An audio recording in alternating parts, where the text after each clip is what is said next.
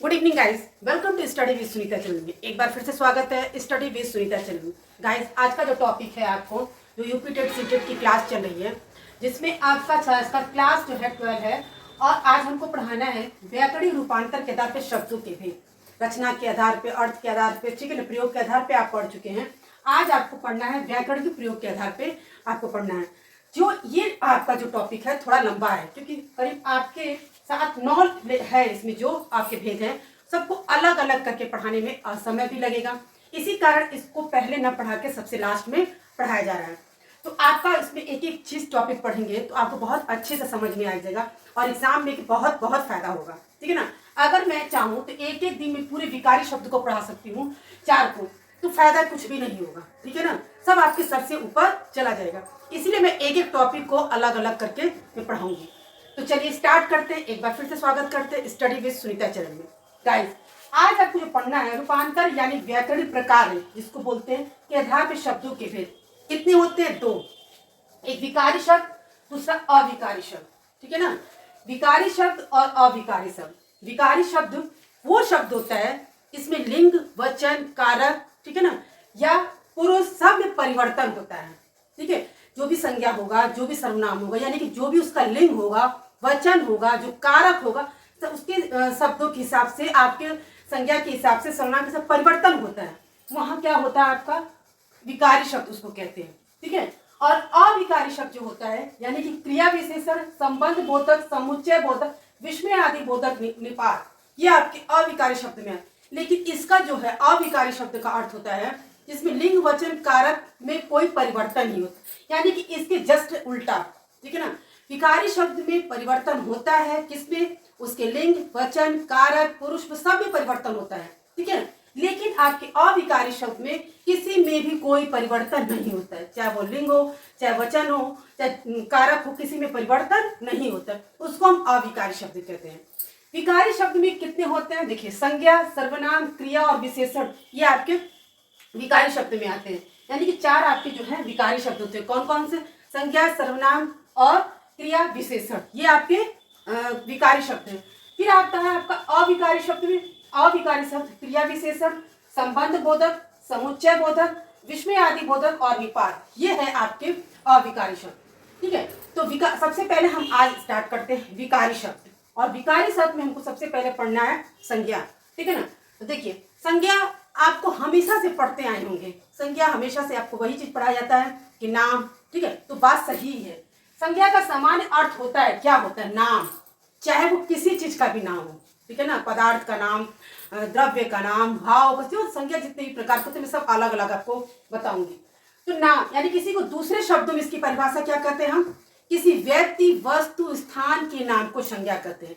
ये आप भी पढ़े होंगे और हमेशा से जानते हैं। संज्ञा की परिभाषा हमेशा से यही पढ़ाई जाती है।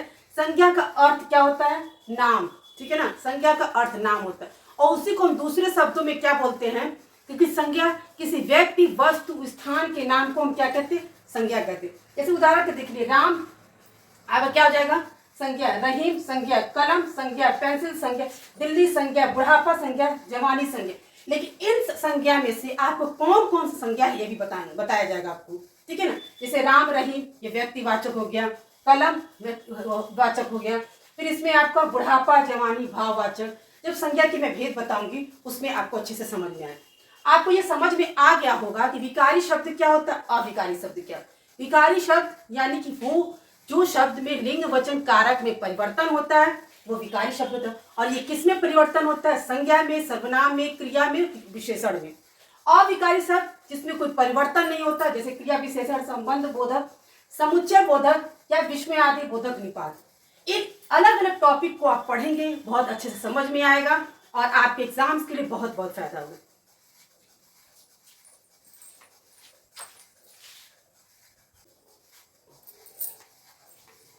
चलिए गाइस, अब अभी तक मैंने आपको विकारी शब्द और अविकारी शब्द बताया, ठीक है। विकारी शब्द क्या होते हैं और अविकारी शब्द क्या होते हैं।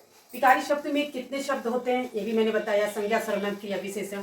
और अविकारी में भी बताया। अब उसने अपनी संज्ञा की परिभाषा, आपको संज्ञा क्या होता है ये बताया। अब संज्ञा के भेद, ठीक है ना। अब मैंने आपको पहले ही बताया है, इन सबको एक अलग अलग टॉपिक करके पढ़ाएंगे ताकि आपको अच्छे से समझ में आएगा। तो संज्ञा के भेद देखिए, संज्ञा के भेद में व्यक्तिवाचक संज्ञा, जातिवाचक संज्ञा, समूहवाचक संज्ञा, द्रव्यवाचक संज्ञा, भाववाचक संज्ञा होता है। ये क्वेश्चन जब आपको एग्जाम में देगा तो आपको मान लीजिए क्वेश्चन दे दिया, शब्द दे दिया और आपको इसमें से पूछता है कि कौन सी संज्ञा है। जब आपको ये पता रहेगा कि सारे भेद पढ़े रहेंगे तभी आप ये बता सकते हैं ये व्यक्तिवाचक है, ये भाववाचक, ये द्रव्यवाचक है। अगर आप नहीं पढ़े रहेंगे तो आपको ये नहीं पता होगा ये कौन सी संज्ञा है। इसलिए आपको भेद को और पूरे अच्छे से डिटेल पढ़ना इसीलिए जरूरी है क्योंकि आपको ये बताना होगा कि ये कौन सी संज्ञा है। जब आप नहीं जानेंगे कि व्यक्तिवाचक संज्ञा क्या होता है तो आप कैसे बता पाएंगे कि व्यक्तिवाचक संज्ञा है।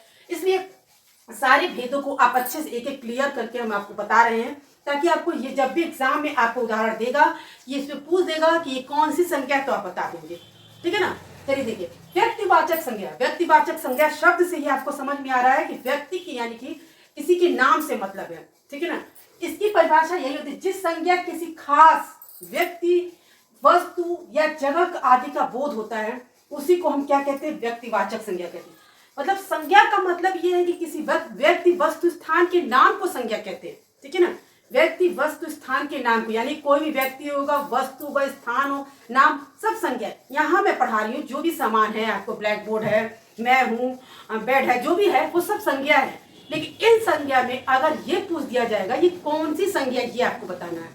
तो आपको ये समझना है व्यक्तिवाचक संज्ञा मतलब किसी खास व्यक्ति का नाम होगा, जब उसका नाम लेकर हम बुलाते हैं तो वो क्या हो जाएगा, व्यक्तिवाचक संज्ञा। उदाहरण से समझते हैं, जैसे राम, अगर मान लीजिए अगर कोई 10 लोग बैठे हैं, ठीक है ना, उन 10 में हम किसी एक व्यक्ति को बुला ले, राम इधर आओ, तो वो व्यक्तिवाचक संज्ञा हो जाएगा। क्यों? क्योंकि उन 10 व्यक्तियों में से किसी एक खास पर्सन को हम अपनी तरफ बुला रहे हैं, उसका मतलब वो हो गया व्यक्तिवाचक संज्ञा। व्यक्तिवाचक संज्ञा का मतलब ही ये हो गया कि नाम जो होगा, चाहे वो नाम जगह का हो, व्यक्ति का होगा, वस्तु, जब किसी नाम से लेकर हम बुलाएंगे तो ये हो जाएगा व्यक्तिवाचक संज्ञा। आई थिंक आपको अच्छे से क्लियर हो गया होगा। अब आगे बढ़ते हैं, जातिवाचक संज्ञा। जिस संज्ञा से प्राणी या वस्तु की संपूर्ण जाति का बोध होता है, ठीक है ना, उसे जातिवाचक संज्ञा कहते हैं। मतलब कोई भी संज्ञा होगी जिसमें वस्तु, ठीक है ना, प्राणी का मतलब उसकी जाति का बोध हो। जैसे उदाहरण में, जैसे लड़का है, लड़की है, औरत है, मर्द है, पशु। अगर हम लड़का बोलते हैं तो यहाँ पे सारे लड़कों की बात होती है। अगर हम बोलेंगे लड़के जाति ऐसे होते हैं, लड़कियां ऐसी होती, यहाँ सारे लड़कों की बात हुई है। अगर हम पर्टिकुलर ये बोल देते कि राम ऐसा है तो हम उस राम की बात करेंगे तो वो व्यक्तिवाचक संज्ञा हो। लेकिन हम ये बोलते अरे लड़का ऐसा है, ये बहुत बदमाश करता है, यहाँ पे सारे लड़कों की बात हो जाती है, उस जाति की बात हो जाती है। ठीक है ना। अब जैसे पशु खाते हैं, पशु चारा डालते हैं, हम पशुओं को ये करते हैं, हम पशु, ये क्या हो गया आपका कि पशु को करते, लेकिन आपने ये नहीं बताया कि हम गाय को चारा डालते। अगर हम गाय को चारा डालते तो ये व्यक्तिवाचक में आ जाएगा। ठीक है ना, वो पशु व्यक्तिवाचक में आ जाएगा। लेकिन सिर्फ पशु की यहाँ बात हो रही है तो जातिवाचक में आएगी। जातिवाचक का मतलब ही होता है कि पशु या संपूर्ण जाति का बोध होता है। ठीक है। एक का नाम, जैसे लड़का या लड़की या पशु या किसी चीज का नाम लेने से, बुढ़ापा, ठीक है ना, तो नाम लेने से क्या होता है, आपके पूरे जाति की बात होती है। हम सिर्फ लड़के की बात कर रहे हैं तो यहाँ पे सारे लड़कों की बात है, लड़कियां की बात कर रही हैं तो लड़कियों की, पूरी लड़कियों की बात है, ये पूरी जाति की बात है, तो उसी को हम जातिवाचक संज्ञा कहते हैं। जैसे कि आप एक बार फिर से आपको समझा दे रहे हैं, संज्ञा के भेद कितने हैं, व्यक्तिवाचक, जातिवाचक, समूहवाचक, द्रव्यवाचक, भाववाचक। ठीक है। व्यक्तिवाचक संज्ञा जो नाम से होता है, चाहे वो किसी व्यक्ति का हो, वस्तु का, स्थान का, किसी जगह का भी, कहीं का भी, जो अगर नाम से हम बुलाएंगे तो वो हो जाएगा व्यक्तिवाचक संज्ञा। जाति, किसी जाति का बोध हो। ठीक है ना। मैंने आपको अच्छे से बता भी दिया कि अगर लड़का बोलते हैं कि ये लड़का ऐसा है, ठीक है, अगर मैंने नाम नहीं लिया तो जाति की बात, अरे लड़के सब बदमाशी करते हैं, ये लड़के ऐसे हैं, तो वहां सामूहिक जो लड़के हैं सारे लड़कों की बात हो रही, ये आपका हो गया जातिवाचक संज्ञा। ठीक है।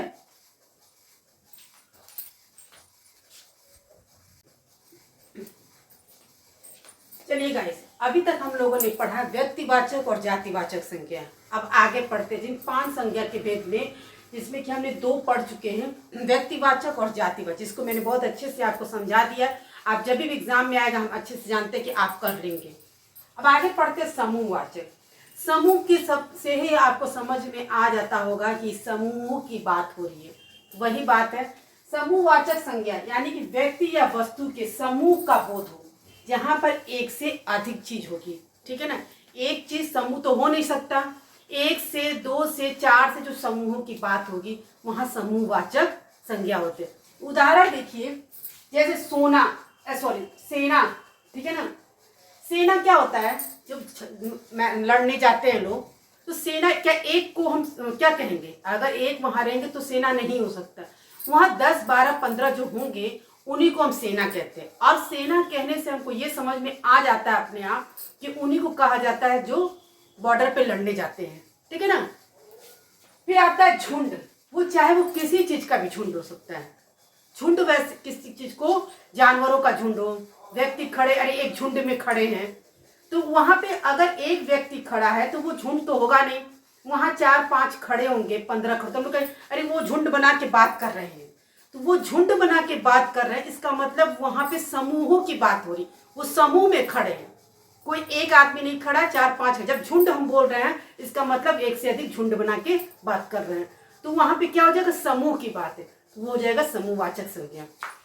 उसी तरह से परिवार। परिवार में क्या होता है, समूह की बात होती है। एक परिवार में एक सदस्य होते नहीं है, 4, 5, ठीक है ना, किसी तरह मम्मी पापा भाई बहन इस तरह से करके, तो वहां समूह की बात है। परिवार में हमेशा 1, 2, 4, 5 एक तो हो कभी नहीं होंगे, हमेशा मम्मी पापा भाई बहन, ठीक है, और भी दादा दादी, इस तरह से वो समूह की बात थी। जहां एक से अधिक लोग रहते हैं वहां समूहवाचक संज्ञा होगा।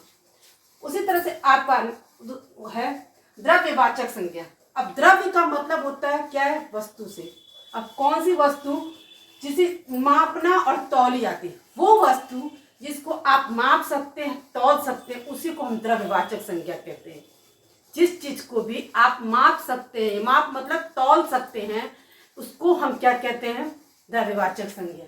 जैसे देखिए सोना को आप माप सकते हैं कितने मिलीग्राम से होता है, ग्राम से होता है, उनकी जो तराजू होती है ग्राम मिलीग्राम में, तो उसको आप माप सकते हैं, वो क्या हो जाएगा आपका द्रव्यवाचक।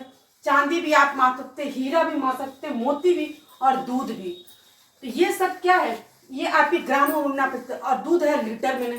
तो जिस चीज को आप नाप और तौल सकते हैं वो चीज आपकी द्रव्यवाचक संज्ञा।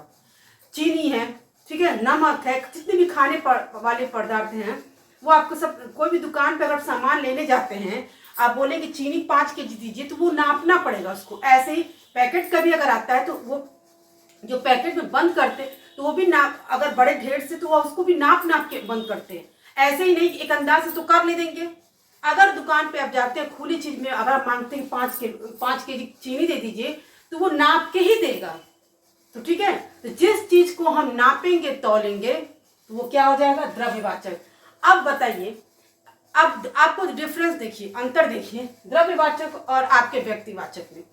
क्या आप व्यक्तिवाचक को नाप सकते हैं, बोलिए, क्या किसी व्यक्ति को आप नाप सकते हैं, किसी प्लेस को, स्थान को नाप सकते नहीं, तो वो व्यक्तिवाचक में आता, इसीलिए उसको नाम से वो किया, संबोधित किया गया, और इसको नापने तौलने से संबोधित किया गया कि क्यों, ये द्रव्यवाचक यानी किसी वस्तु को हम नापनेंगे तौलेंगे, जिस वस्तु को आप नाप तौल सकते हैं वही आपका द्रव्यवाचक संज्ञा हो जाएगा। मैंने बहुत आपको आसानी तरीके से आपको बता दिया। भाववाचक संज्ञा, भाव जो आपके अंदर से महसूस करे, जो दिखाई नहीं देगा लेकिन आप केवल महसूस कर सकते हैं, ठीक है ना, वो आप क्या होता है, भाववाचक संज्ञा। जैसे देखिए किसी व्यक्ति की और या वस्तु का कोई गुण, धर्म, ठीक है ना, का बोध, और उसके अंदर से जो भाव उत्पन्न होता है उसी को हम क्या कहते हैं, भाववाचक संज्ञा। जैसे देखिए अच्छाई, तो किसी व्यक्ति की अच्छाई वो आप महसूस करते हैं कि वो उसकी अच्छाई है, तो आपकी जो भाव होते हैं अच्छाई का, उसका महसूस किया आपने, तो वो हो गया आपका अच्छाई, सॉरी भाववाचक। उसी तरह से पढ़ाई लिखाई बुराई, ये सब क्या है, किसी की गुण है। अगर मान लीजिए गुण हुआ आपके अंदर की, भाव हुआ, कोई धर्म हुआ, इस तरह के जो भी, जैसे मान लीजिए हम बोलेंगे वो लड़का पढ़ने में बहुत अच्छा है, अच्छा है यानी कि उसकी वो गुण है, ठीक है ना, तो जब उसके अंदर वो गुण है तो वो भाववाचक संज्ञा। यानी कि भाववाचक संज्ञा को हम इस तरह से भी कह सकते हैं कि आपके अंदर जो भाव उत्पन्न होता है, ठीक है ना, वो भाववाचक संज्ञा हो गया। दूसरा कोई गुण होता है, धर्म, ठीक है। इस तरह का जब भी होगा तो आपको भाववाचक संज्ञा। हम बोलेंगे वो अच्छा इंसान है, यानी कि उसके अंदर गुणों की बात। बुरा इंसान है तो बुरी बात जो है वो भी गुणों की बात है। कौन सी? बुरे गुण की बात है, ठीक है ना। तो ये सब जो है आपके भाववाचक संज्ञा में। बुढ़ापा, तो बुढ़ापा कौन सी? ये आपने महसूस किया, ये अवस्था का बोध हो रहा है। किस अवस्था का? बुढ़ापे अवस्था का। आप बूढ़े हो गए, आपके देखने से फीलिंग है, आपने देखा कि आप बूढ़े हो तो आप महसूस करें कि ना मुझे बुढ़ापा आ गया। तो ये किसमें भाव उत्पन्न हो रहा है? ये आपके हो जाएगा भाववाचक संज्ञा। तो गाइस मैंने आपको 5 भेद पढ़ाया है, व्यक्तिवाचक, जातिवाचक, समूहवाचक, द्रव्यवाचक, भाववाचक। मैं अच्छी तरह से आपको बता चुकी हूँ और आपको अंतर भी समझा रही हूँ। देखिए मान लीजिए आपको हम अच्छाई, ठीक है, हम कहेंगे क्या आप अच्छाई में अगर आप द्रव्यवाचक ढूंढिए तो आपको मिल जाएगा। आप क्या अच्छाई को नाप तोल सकते हैं? नहीं। तो ये कभी भी ये क्या होगा? द्रव्यवाचक तो हो नहीं सकता। द्रव्यवाचक वही होगा जिसको हम नापे तोलेंगे। अगर आप सोना को क्या करेंगे, इसके कोई गुण बता सकते हैं? सोना का गुण यही बता सकते हैं, अच्छा बुरा। अच्छा बुरा नहीं बताते, आप क्या बताते हैं? ये हाँ ठीक है, ये है, अच्छा है, मगर उसकी भाव थोड़ा बता पाएंगे आप, ठीक है, उसकी गुण। तो वो क्या कभी भी वो भाववाचक में नहीं आएगा, ठीक है ना। ये गाइस मैंने आपको एक एक अंतर भी इसीलिए आपको बताया है ताकि जब भी एग्जाम में क्वेश्चन आएगा आपको उदाहरण में, तो अगर इस तरह से पूछता है कि ये बताइए ये व्यक्तिवाचक संज्ञा 10 अगर आपको शब्द दे दिया और उसमें पूछता है इसमें से कौन से व्यक्तिवाचक है तो आप बता देंगे। भाववाचक पूछता है तो भी आप बता सकते हैं, क्योंकि मैंने सबको बहुत अच्छे तरीके से आपको बता दिया है। आपको अच्छे से एग्जाम की में तैयारी हो जाएगी। और आप इसको अच्छे से वीडियो को पूरा देखिए, पढ़िए और समझिए। आपके एग्जाम के लिए बहुत बहुत फायदेमंद होगा। मिलते हैं नेक्स्ट वीडियो में।